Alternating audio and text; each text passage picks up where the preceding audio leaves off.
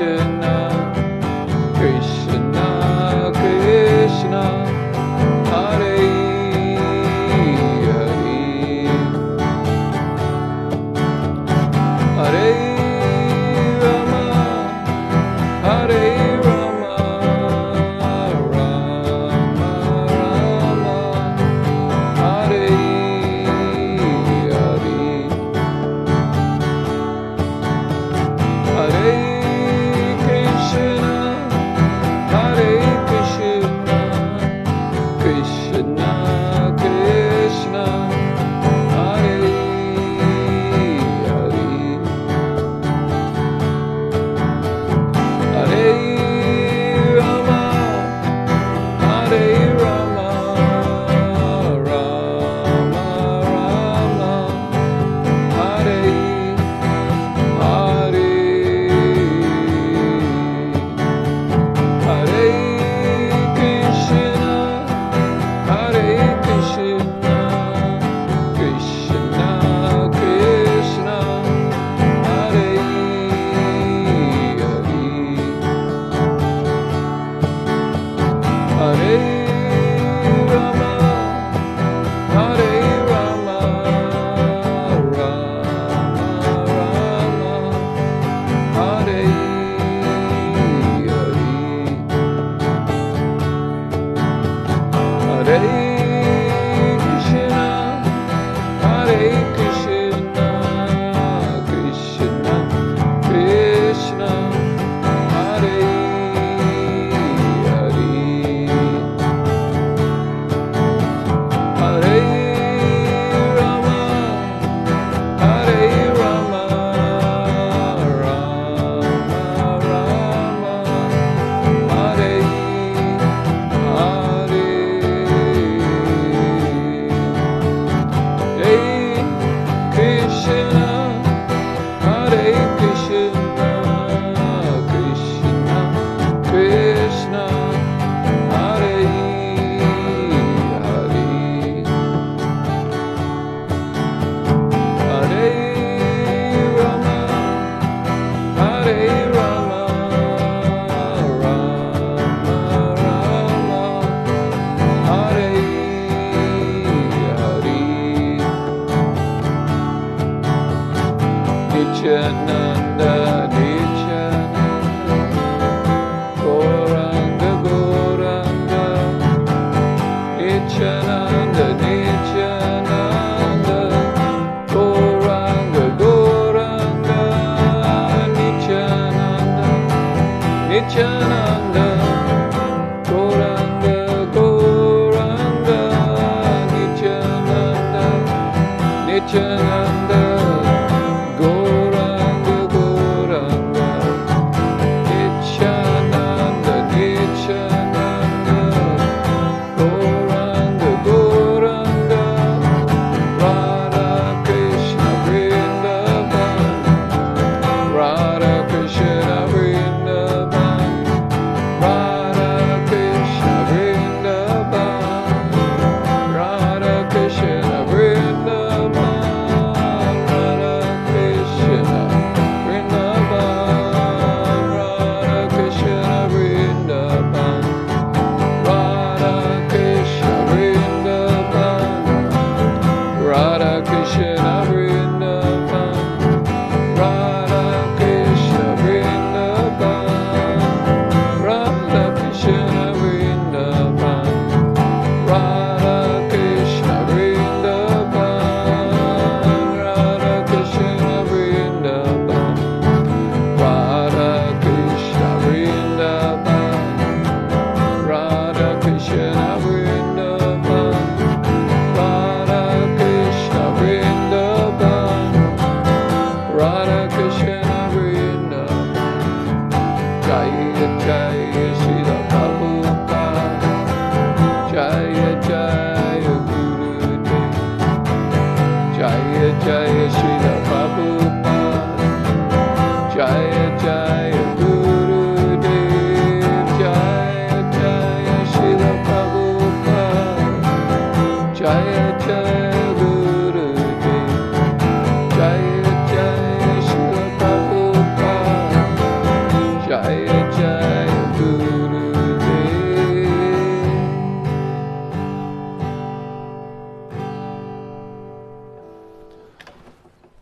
Jayam Vishnupad Paramahansa Parivrajaka Satara Sata Shishima Jagakuru Suraswarupananda Srila Prabhupada Ki Jai. Jayam Vishnupad Paramahansa Parivrajaka Satara Sata Shishima His Divine Grace Srila A.C. Bhaktivedanta Swami Prabhupada Ki Jai. Ananda Koda Vaishnava Vrinda Ki Jai. Prem Sikaho Shri Krishna Chaitanya Prabhu Nityananda Shri Advaita Gadadhara Shivasadi Gaur Bhaktivinoda Ki Jai.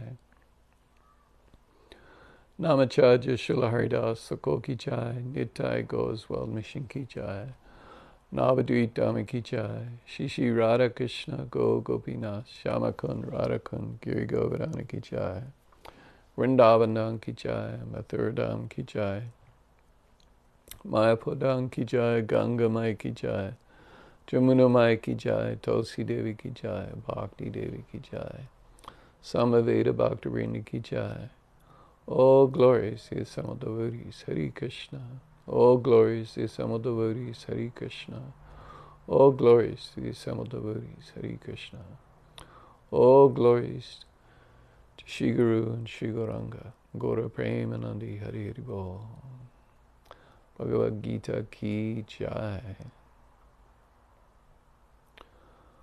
Omagina Timarandasya Gana Gana Shalakaya Chaksurun Militanyena Tajmaya Shri Guruve Namaha Shri Chaitanya Manobhistam Statpitam Yena Bhutale Swayam Rupa Kadamayam Dadati Swaparantekam Vandeham Shri Guru Shri Yuta Parakamalan Shri Gurun Vaishnavamscha Shri Rupam Sagrijatam Sahagana Raghunatham Vitam Tam Sajevam Sadvaitam Savadutam Parijana Sahitam Krishna Chaitanya Devam Shri Radha Krishna Padan Sahagana Lalita Shri Vishakan Vitamscha Hey Krishna Karuna Sindhu Dina Bandhu Jagapate Gopisha Gopika Kanta Radha Kanta Namostute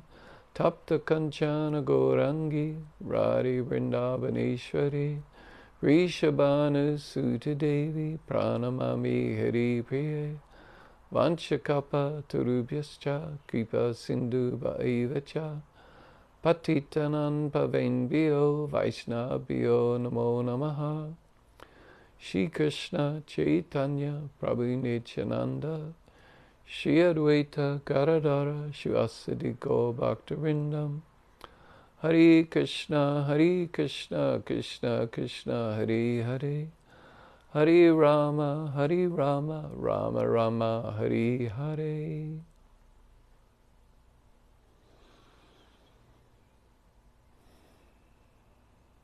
For speaking, first off, on my humble obeisances at the lotus feet of my spiritual master, Jagatguru Siddhasarupananda Srila Prabhupada, who is very dear to Lord Krishna, having taken shelter at his lotus feet. Srila Prabhupada is the mercy manifestation of Lord Chaitanya, is very dear to Radha and Krishna.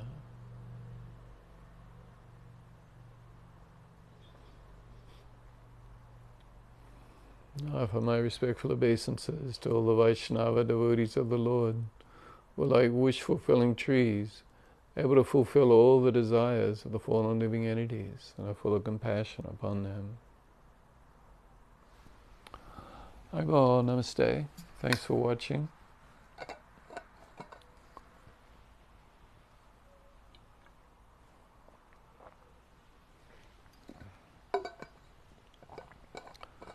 So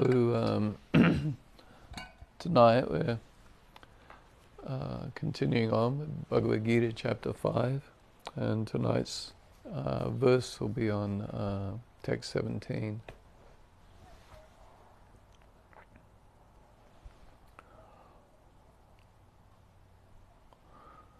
And so in terms of how I've analyzed the different chapter themes, tonight we're actually moving on to a new theme. So, first theme was the first 6 verses, which was, work in devotion is better than renunciation of work, where Arjuna,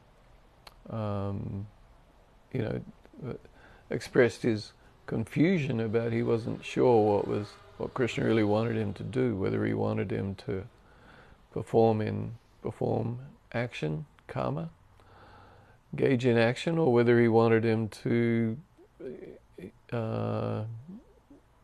a renunciate, sannyas. So Arjuna, of course, had been confused about this at the start of the 3rd chapter, In fact, Arjuna was confused about this right from the start, right? In chapter 1, Arjuna is saying that, well, he doesn't want to fight. He'd rather be a beggar. He'd rather go and, if he was someone today, it'd be like someone saying, oh, I'd rather go and chant on my beads rather than engage in some hard, practical, devotional service, some kind of project, right? I'd rather not do that, So, and of course, Krishna set him straight. No, you're acting like a coward, a non-Aryan, man, woman. You're not. You need to. You're going down the wrong path, Arjuna. So anyway, so Krishna, of course, speaks to Arjuna throughout chapter 2 about meditation and wisdom, pratishta. And by the end of chapter 2, Arjuna is kind of confused again. Krishna's been talking about samadhi and attaining peace and brahmanirvanam, attaining peace, shanti, cessation of material existence, which is brahmanirvanam. And so Arjuna is kind of confused again, like, Krishna, what do you want me to do? You want me to fight, or you want me to not fight? Which is it? You want me to engage in peace and meditation, or you want me to fight? So of course devotees may have this kind of confusion. We may have this kind of confusion. Or am I supposed to chant on my beads and read scripture all day, or am I supposed to be active in the world and work? So Arjuna is has this confusion. Krishna, of course, answers it in chapter 3 by glorifying the importance of karma yoga. Krishna even says he himself actually sets the example by performing work. And if he didn't, even though he's got no reason to work whatsoever, he's Krishna, the Supreme Person, because he doesn't say it quite like that. But if he didn't, the whole world would go to ruin. Anyway, so Krishna sort of sets it out quite methodically. In chapter 4, Krishna then speaks on a number of different topics, including starts to talk more about knowledge, meditation, how to attain knowledge. So again, beginning of chapter 5, Arjuna is confused again. Krishna, I'm just not clear. You want me to fight, but at the same time you're sort of saying things to me that indicate that I should be engaged in the pursuit of transcendental knowledge. So once again, Krishna explains, no, there's really no difference between working and meditation. They both lead to self-realization. But of the two, working, karma yoga, is the better, because it's safer. It's the better path to take. So anyway, so Krishna explains that in the first 6 verses, and then he begins to describe in the next 6 verses about working without attachment. So in these verses, Krishna essentially describes how one who works in this way, in the mood of karma yoga, controlling the mind and senses, is due to everyone. And how one who works in this way without attachment to the results. In other words, we perform our duty, but we're not attached to the result. Krishna said in 5.10, one who performs his duty without attachment, surrendering the results unto the Supreme Lord, is not affected by sinful action. In other words, if we're not acting for our own enjoyment, if we're acting on behalf of the Supreme, or more specifically acting on behalf of Krishna, to be pleasing to Krishna, and we're not attached to the results, realizing that Krishna is in control, that I'm not in control. I do my best, but I'm not in control. And I surrender the results to the Supreme Lord, that I'm unaffected by sinful action, just as the lotus leaf is untouched by water. And then Krishna goes on to say that the steadily devoted soul attains unadulterated peace, or shanti, because he offers the result of all activities to me. Whereas one who's not in union with the divine is greedy for the fruits of his labor. So in other words, one who's not a yogi, who's a yukta, not connected up with Krishna, then, and thus being, if you're not connected with Krishna, if you're not renounced in the sense of I'm doing this for Krishna, then generally speaking, you're going to be a kami.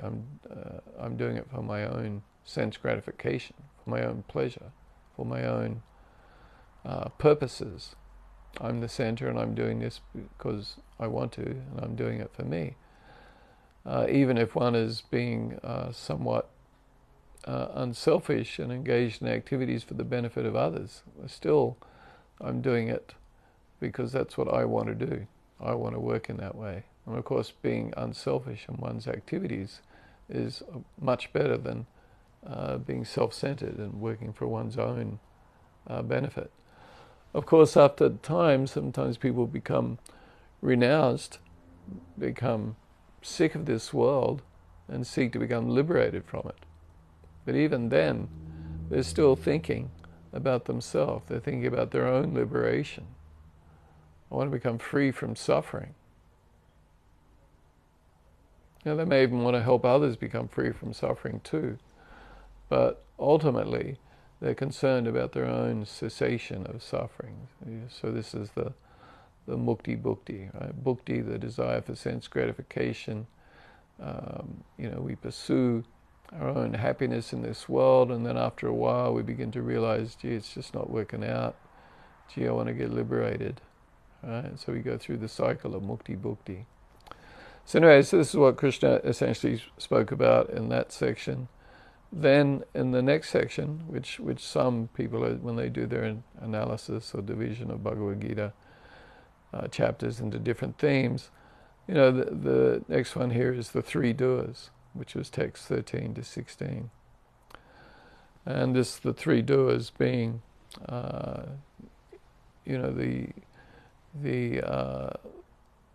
is it the spirit soul? Or is it the spirit soul under the influence of material nature? Or is it the supreme soul, who is the doer? And so I won't elaborate on this, as we talked about this at length over the last 4 weeks while we discussed this series of verses. But the last verse that we discussed kind of briefly last week, because it's actually such a really nice verse, I could have spoken more on it. Text 16, when, however, one is enlightened with the knowledge by which nescience is destroyed, then his knowledge reveals everything, as the sun lights up everything in the daytime. Nescience is, so knowledge is jnana, nescience is ajnana, with a short in front of it. And so, Bhaktivedanta Swami would translate it as nescience or ignorance. It can't be just translated as, or the literal translation is just lack of knowledge, the absence of knowledge.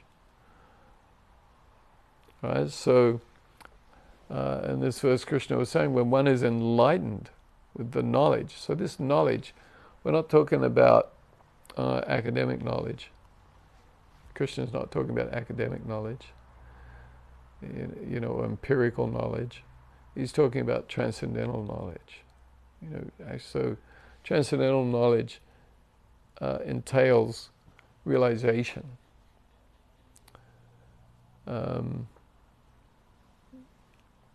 There's another Sanskrit word, vijnana. So there's jnana and there's vijnana. Vijnana is wisdom. So this is realized knowledge. And Bhaktivedanta Swami has given the example, and I've in the different classes, if you watch regularly, you're probably like, okay, here we go again with this particular example. But anyway, Bhaktivedanta Swami Prabhupada was a chemist. This is what he studied at Scotch college.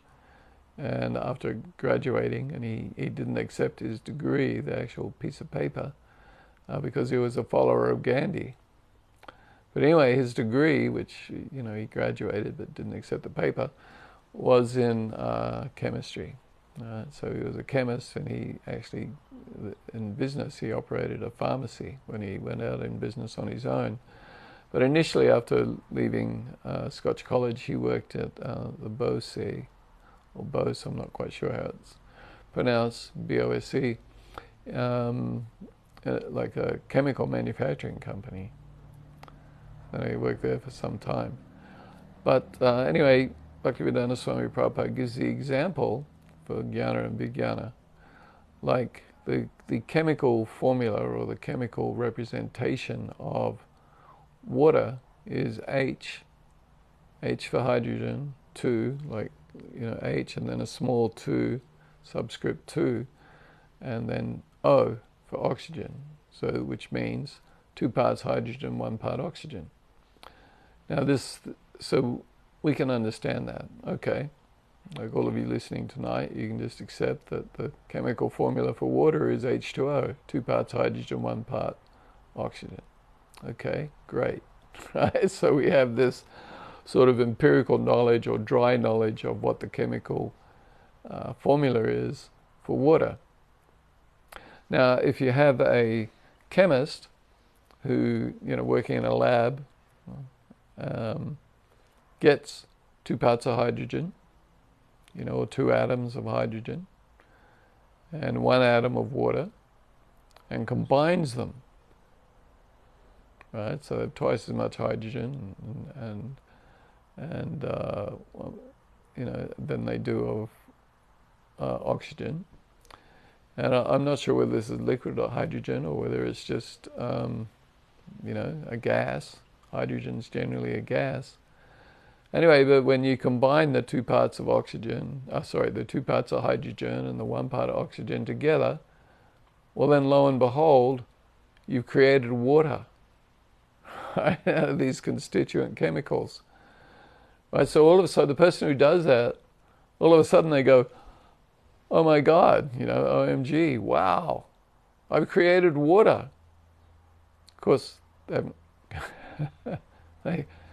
one sense they've created it. Of course, in the other sense, well, they're just combining the elements that are already existing. And according to Krishna's plan, when you combine these things, they create water. So, this is the way it is in the material world. We use our body that's given to us. We use our intelligence that's given to us. We use resources that are given to us, and chemicals and the education that our parents arranged for us and that our teachers at school gave to us. And so our part in it, and we're working in some lab that's built by either funded by the government and designed by architects and built by contractors using building materials that have gone through a similar process to get created. And we're always thinking, I'm the creator. Look at me, look at what I did. Look at It's like you have a little kid, when they get old enough to sort of play with blocks, and you give them blocks and they build something. It's like, Mommy, look at what I built. So we're so proud of our achievements. But anyway, so you have the chemists who combined the hydrogen and the water and the oxygen and created water. And it's like, wow, they really know that water is 2 parts of hydrogen and 1 part of oxygen. So this is vijnana, or wisdom, knowledge, practical applied knowledge, realized knowledge. So this is what the vijnana is. So this is what Krishna is speaking about in text 16. When, however, one is enlightened with the knowledge by which nescience is destroyed. So in other words, this knowledge, this is transcendental knowledge. Sometimes described by a lot of the commentators in Bhagavad Gita as Atma Tattva. So Atma, the soul, so Tattva, the truth of the soul. So realizing Aham Brahmasmi, I'm spiritual in essence. course, Aham Brahmasmi is one of the four sort of Vedic aphorism of that Shankaracharya used, meaning I am Brahman, which you can extend out a little bit. I am everything, I am God, right? I'm the Supreme Person. This is the mistaken conception of Aham Brahmasmi. But Aham Brahmasmi in reality means that I'm spirit. I'm spiritual in essence. I'm a particle of life, Jivatma, the soul. But the realization of the Vaishnava is that, and based upon Krishna's teachings in Bhagavad Gita, right, in chapter 2, text 12, Krishna immediately says, "Na tvevaham jatu nasam na tvam nemi jana dipaha na chaiva na bhavishyamaha save vayamata param." That never was there a time when I did not exist. I, Krishna speaking, never was there a time when I did not exist, nor you, speaking to Arjuna, nor you, Arjuna, nor all of these kings present here. So in other words, me, you, and everyone else. Never was there a time when we did not exist. And we will continue to exist in the future. So but the realization of Aham Brahmasmi is that I am spirit, but I am eternally an individual.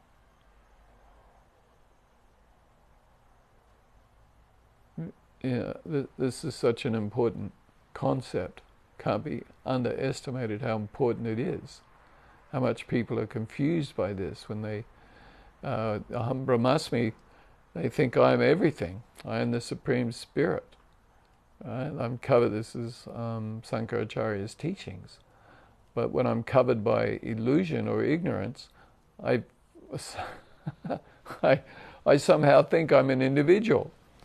Of course, this is but when I again realize that Aham Brahmasmi, well then I realize that actually I am you and you are me and we're all together, as the Beatles sing in their song. In other words, I am everything, I am God. There's no distinction. When I lose my ignorance, when my ignorance is removed, then I am, realize I am Brahman, I am Tat, I am that. And so of course this is how an impersonalist interprets this verse. So however, when one, part of this knowledge is understanding, no, I'm spiritual in essence, but I'm not the Supreme Spirit. I'm eternally an individual, as Krishna says in Bhagavad Gita chapter 2, text, either it's 11 or 12, right? That I'm eternally an individual. I was an individual in the past, I'm an individual in the present, I am an individual in the future, always. And the further realization is that there is a God, the Supreme Person, Krishna, the Supreme Personality of Godhead. The speaker of Srimad Bhagavad Gita is the Supreme Person. And I am coming from Him, I am part and parcel of Him. Madhvacharya, the concept was that, and Ramanuja, is that we're the same, and these were the great acharyas who defeated the argument, the teachings of Sankaracharya and converted large numbers of impersonalists to Vaishnavas. That we are one in quality, but we're not the same in quantity as the Supreme Person. And then Lord Chaitanya's teaching of Achincha Beta Beta Tapa expands upon this idea that we are not the same in, that we are the same in quality but not the same in quantity, to expand it, to explain it as we are inconceivably one yet distinct. This is like the higher understanding of the nature of the soul and the understanding of Aham Brahmasmi. Achincha inconceivable, simultaneous oneness and distinction. This is beta beta. When you break down the words beta beta, it becomes beta and then beta. So the beta, and according to the rules of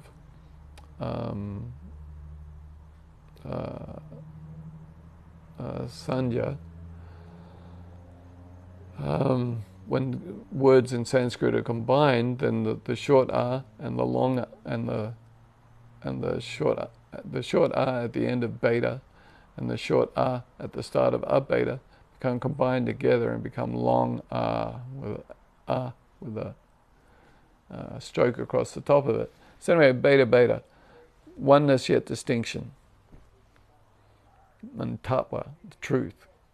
And so the example, when Lord Chaitanya actually speaks his verse, where he says, Jivira Swarupaya Krishnera Nichidas Krishnera Tatasya Shakti Beta Beta Prakasha, so where he's teaching about beta beta, then he expands upon this verse. This is in his teachings to Srila Sanatana Goswami.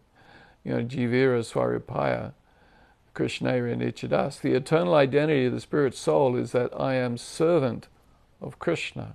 This is our intrinsic identity. So again, this is going into the understanding of Aham Brahmasmi and the understanding of the realized knowledge which Krishna is speaking of in text 16, how one is enlightened with knowledge, by which nescience is destroyed. Lord Chaitanya's example then gives the example of light, or sunshine, a particle of sunshine coming from the sun. The particle of sunshine is non-different from the sun. You can't say, it's coming from the sun, and it's, when you talk about the sun, you're talking about the sun planet and the sunshine and the heat and light that's generated from it. So the individual atomic soul is likened to the sunshine, the particles of sunlight, of sunshine, but we are not the sun planet. Right? So this is the beta beta tattva, the inconceivable oneness yet distinction between the soul and the Supreme Soul. So this is how we understand the knowledge. And so then realizing this knowledge, of course, understanding it intellectually is good, this is a great start, because as devotees, we should be studying Bhagavad Gita, Srimad Bhagavatam, to deepen and listening to our lectures from our spiritual master, Srila Prabhupada, doing this to deepen our understanding of who we are and what our actual identity is. And as this, and applying it in the sense of chanting the Hare Krishna mantra, which purifies the mind and heart and clears away all the dust covering our consciousness or our heart, to reveal pure spiritual knowledge and our pure spiritual identity. But anyway, so Krishna says this knowledge, when we're enlightened with this knowledge, then this knowledge reveals everything as the sun lights up everything in the daytime. So a wonderful verse. So then moving on to this next section where where Krishna begins to describe liberation. Because one who realizes this, realizes transcendental knowledge, then is essentially liberated from the suffering of this material world and does not take birth again. And is fixed in the Supreme. So this series of verses in this section of the Gita, chapter 5, text 17 to 26, is describing liberation of the soul, and how we're fixed, how the soul who has realized transcendental knowledge is fixed in the Supreme. So tonight's verse is text 17, is when one's intelligence, mind, faith, and refuge are all fixed in the Supreme, then one becomes fully cleansed of misgivings through complete knowledge, and thus proceeds straight on the path of liberation. So tad buddhayas tadatmanas tannishtas tat parayanaha gacchantya punaravitam jnana nirdu takamashaha.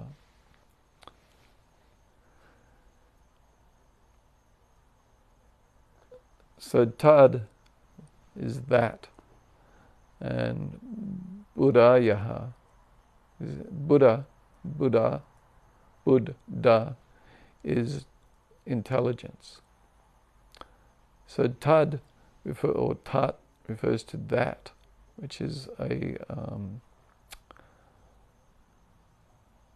Sanskrit word that is often used to refer to the Supreme or to the Brahman. So when one's Buddha or intelligence is in the Supreme, or minds are absorbed in that, whose intelligence is fixed in Him, those whose intelligence is in that. So these are different synonyms for tad buddhayaha. So, as I've mentioned while we were discussing the previous section of verses, there's different words being used by Krishna to describe who the doer is. He used the word Prabhu, used the word Vibhu, and in last week's verse he used Param. So Prabhu means a master, and this was used to refer to the master of the city of the body. And some of the Vaishnava commentators on Bhagavad Gita took Prabhu to refer to the Atma or the soul. Some took it to refer to the Supreme Lord. And then Vibhu refers to one who is has opulence, has all the opulences. In other words, it's a word for the Supreme Lord. And this was in referring to how the Supreme Lord is not. This is in verse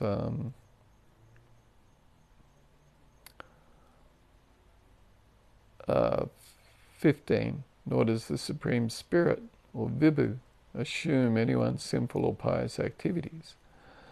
And then in last week's verse, the term used was Param. And Param refers to the Supreme, but it's taken as referring to the Supreme Lord. So tad buddhayaha, one whose intelligence is always in the Supreme.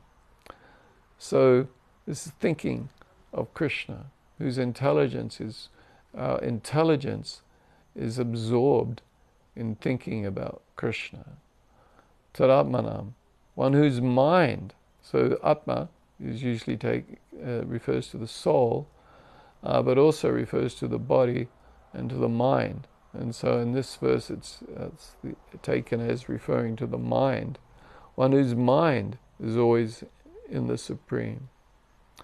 They whose selves are fixed on that, whose minds are absorbed in meditation on Him, on the Supreme Lord, on Krishna.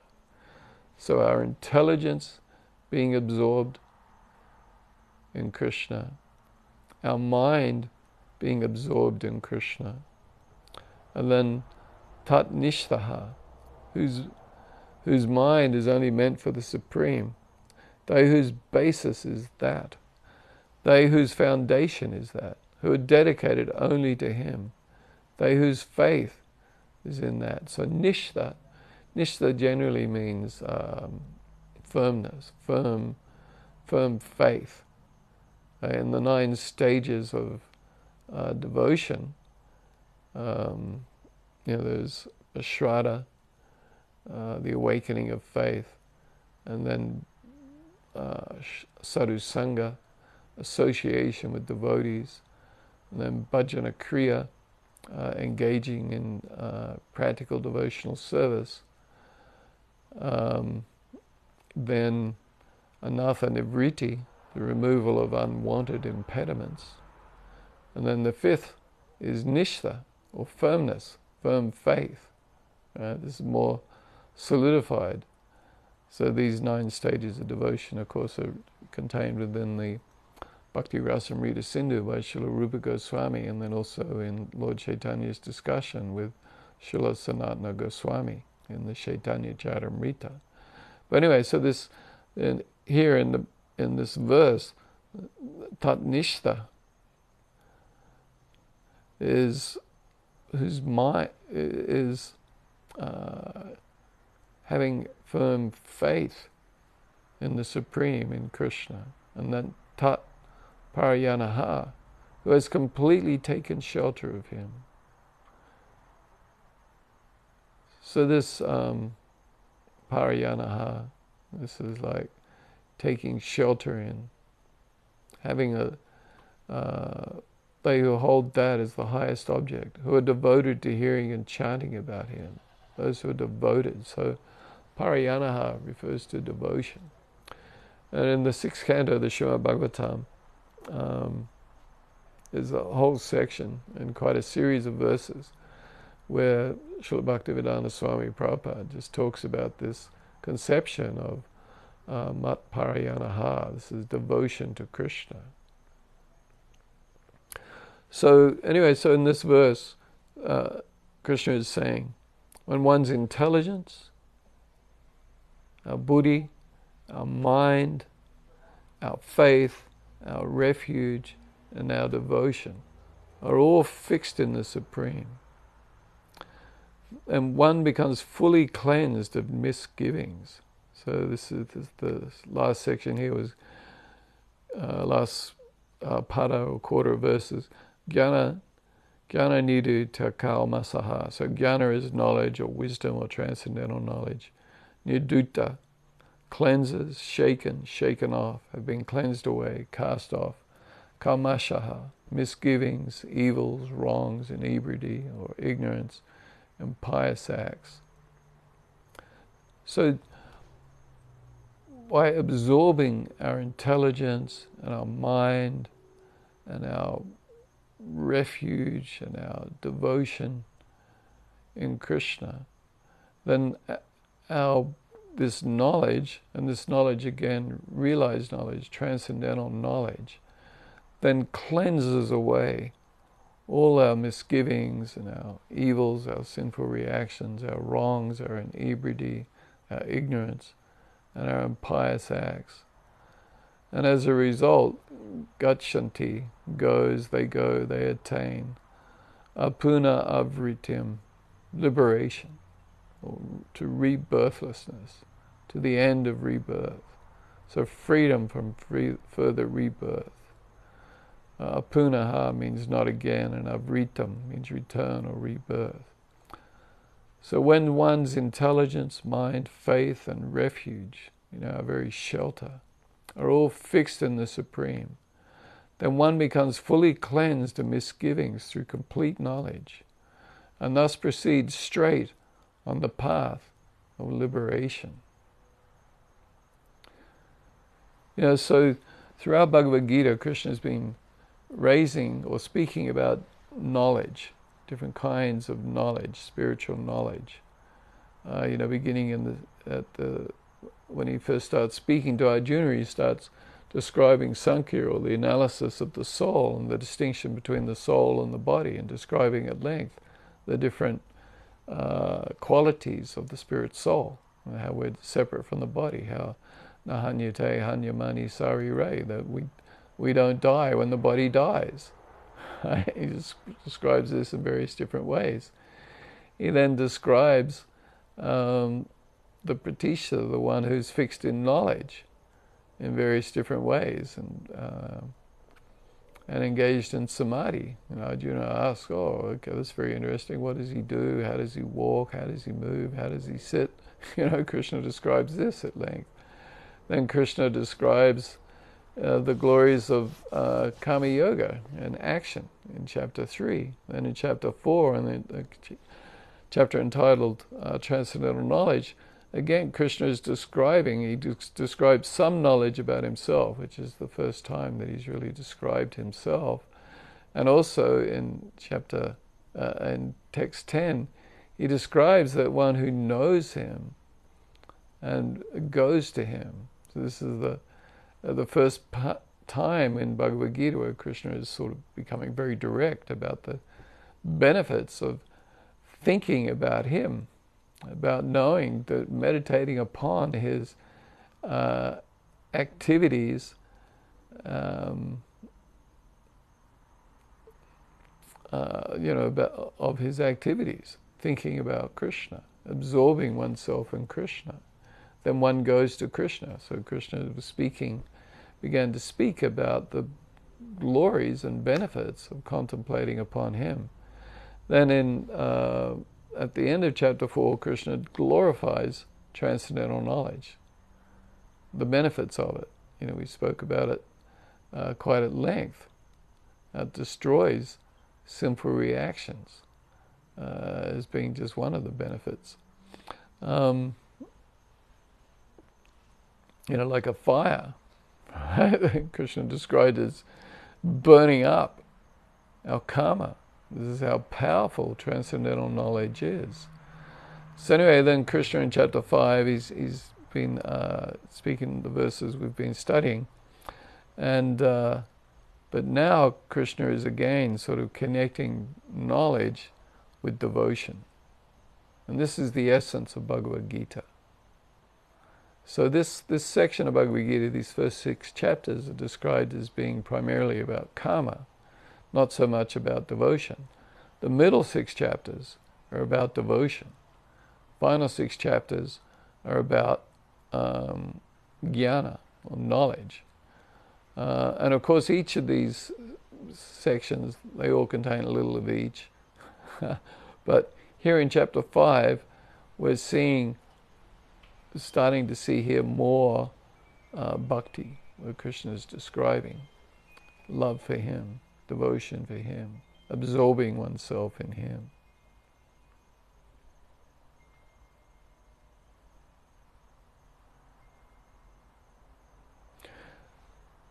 And that by absorbing our mind and our intelligence and our heart and our devotion in Krishna, then this cleanses away all our misgivings, and we proceed straight on the path of liberation from rebirth.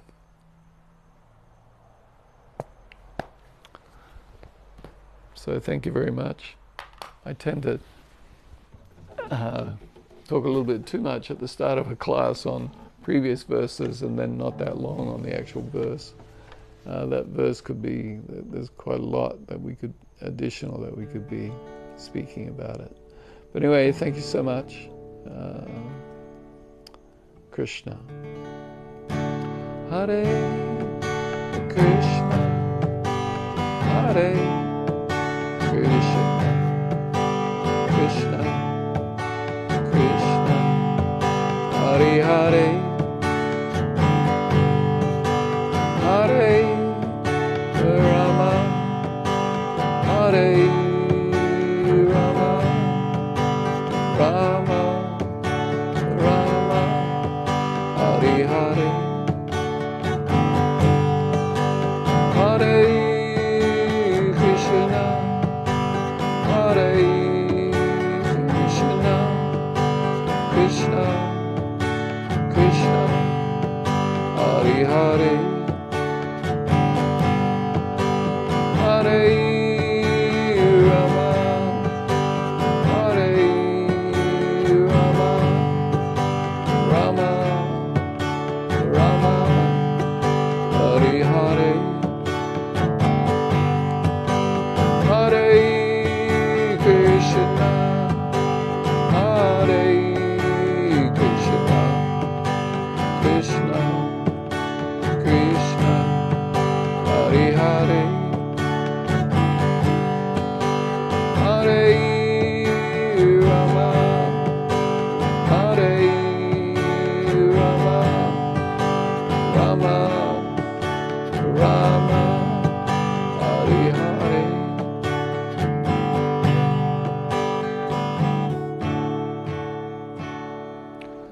Haribo, namaste, Krishna.